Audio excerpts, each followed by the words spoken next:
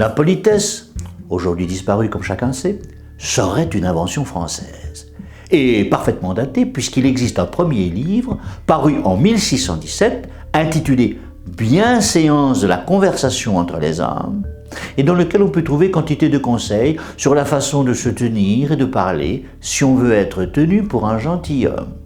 Ce traité a été rédigé par les pères jésuites du collège de la Flèche dans la Sarthe, où fut notamment instruit le célèbre René Descartes, rien que ça. Ainsi, le traité donne d'amusantes recommandations. Bien sûr, être tiré à 4 épingles. Ne pas hausser le ton, au contraire, parler d'une voix monocorde et douce.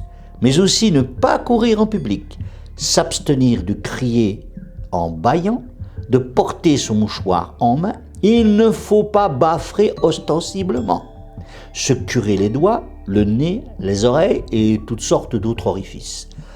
Tuer ses puces et poux devant autrui, cracher par terre, porter des fleurs de l'écheveau, si.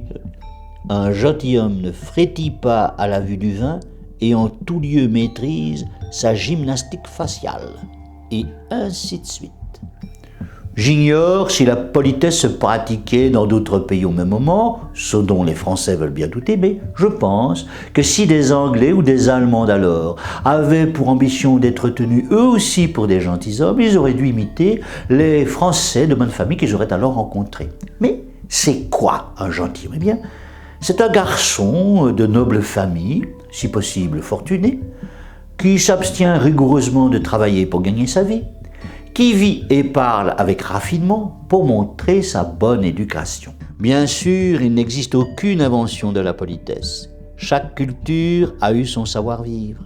Ainsi, les Romains rôtaient bruyamment à table pour honorer le repas qu'ils venaient de faire. Et au temps des Lumières, les gens bien nés ne devaient surtout pas avoir le teint bronzé, qui ne convenait qu'aux paysans. Il est tout de même exact que c'est en France qu'eut lieu la première grande modélisation du savoir-vivre. C'était après 1789, et avec Napoléon, toujours lui, quand il a fallu remplacer le savoir-vivre de l'Ancien Régime par l'égalité de tous les citoyens entre eux. D'ailleurs, tout le monde s'appelait citoyen ou ci-devant, et le tutoiement était obligatoire. Ce code égalitaire va évidemment évoluer beaucoup par la suite. N'oublie pas de t'abonner.